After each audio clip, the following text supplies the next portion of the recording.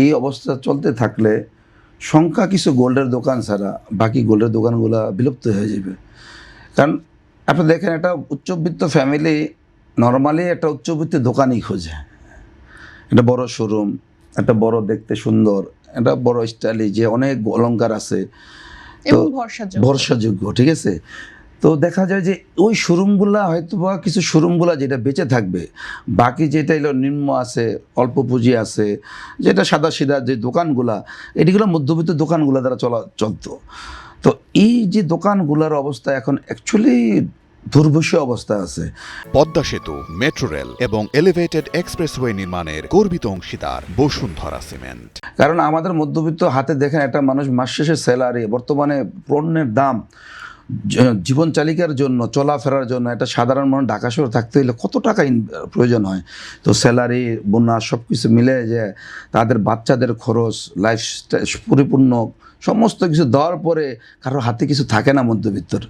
তো মধ্যবিত্ত শখটা, গোল্ডের যে একটা শখটা না, এটা আসলে এটা হচ্ছে চাঁদের মতো হয়ে গেছে, যেটা হাত বাড়াইলে ধরা যাচ্ছে না, ঠিক আছে। তো এটা আসলে দুঃখজনক ব্যাপার।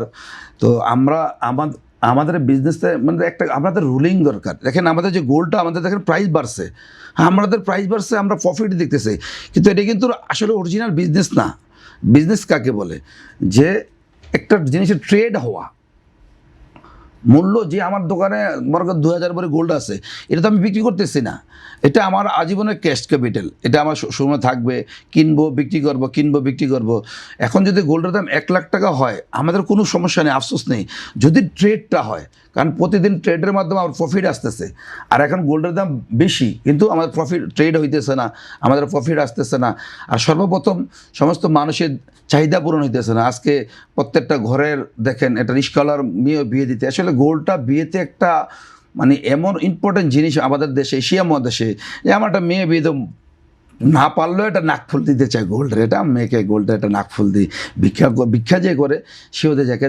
এই যে অবস্থাটা, মানুষের যে চাহাতটা একদম নষ্ট হয়ে গেছে। তো গোল্ডের দাম বৃদ্ধির পিছনে অনেক ব্যবসায়ীদের যে ক্ষতি হচ্ছে, ইম্পোর্ট ব্যাপার।